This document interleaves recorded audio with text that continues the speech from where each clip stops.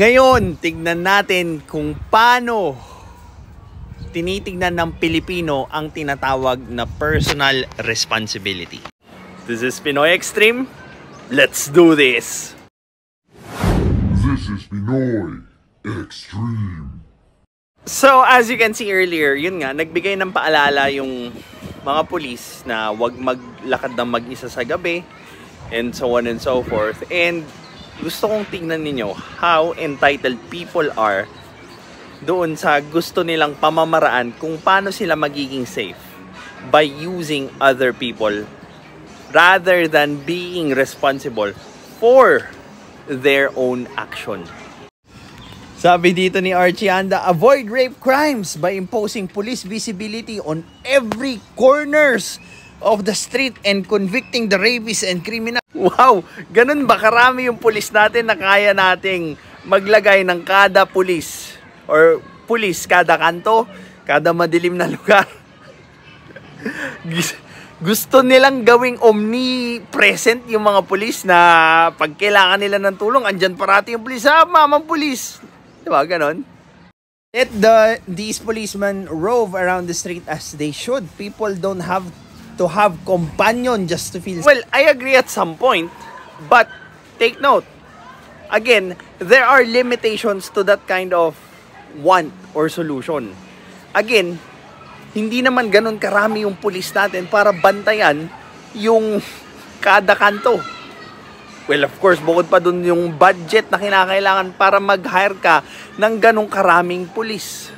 Sa laki ng budget na napupunta sa kapulisan, bare minimum na iparamdam sa mga mamamayan na ligtas and protektado sila even when they're walking on their own. We're not expecting for more but for police to do their job. Now, most of the argument are stemming from lack of knowledge. Hindi nila alam kung magkano yung ginagastos sa isang pulis para mapasweldo siya sa isang buong taon and kung magkano talaga yung budget ng PNP. Well, ibangga mo doon, of course, doon mo malalaman kung feasible man lang ba yung gusto nating solusyon. Marami kasi sa Pilipino yung gusto na, ito maganda tong solusyon na to, maganda pakinggan, so on and so forth. But they do not really know kung ano yung cost nung gusto nilang solusyon.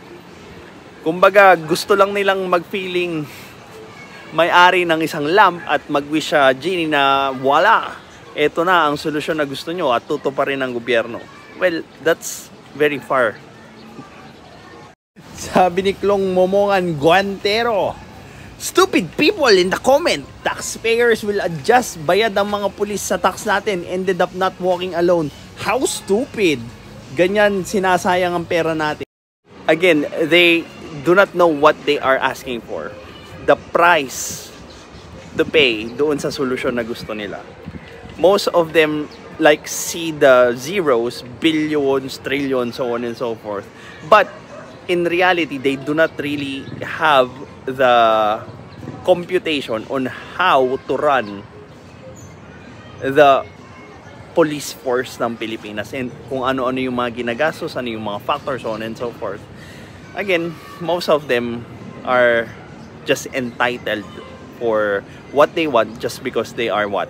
Paying tax. Now, matagal ko nang ina-advocate yung personal responsibility when it comes to our actions. Now, most of the Filipinos think personal responsibility is somewhat victim blaming when in fact it's not. Personal responsibility is taking in consideration kung ano yung posibleng kahinatnan ng action mo. Like for example, yung maglakad ka sa isang madilim na daan nang wala kang kasama, na hindi mo kabisado, na hindi mo alam. So, with that, mas mataas yung percentage na may mangyari sa yung masama than walking doon sa loob ng mall, walking doon sa mas maliwanag na daan. And katulad din siya ng pakikipag-inuman with strangers. Pakikipag-meet up sa dating apps with strangers. Those have consequences. And hindi natin pwedeng tanggalin yung consequences ng mga actions na yon. Lalo na, we are going to invoke the victim side nung result nung bawat action na gagawin natin. Hindi parate na pwede nating idahil na biktima ako, so on and so forth. Yes, I understand you are victim, but yung action mo ang nagpataas nung tsansa para maging biktima ka. It feels good yung pakiramdam na alagaan tayo ng ibang tao. Because with that, katulad ng pulis, tinatanggal natin yung personal responsibility natin doon sa actions natin. And who wouldn't want that? Pero that's not reality. Yung katotohanan is we always are responsible for our action. Lalo na wala namang pulis na nakabantay sa'yo parate 24/7 para iligtas ka sa kung anumang possible consequences ng mga actions mo.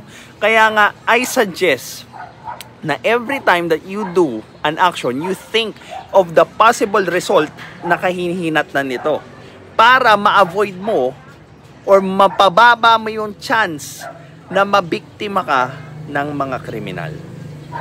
This is Pinoy Extreme. Have a good day.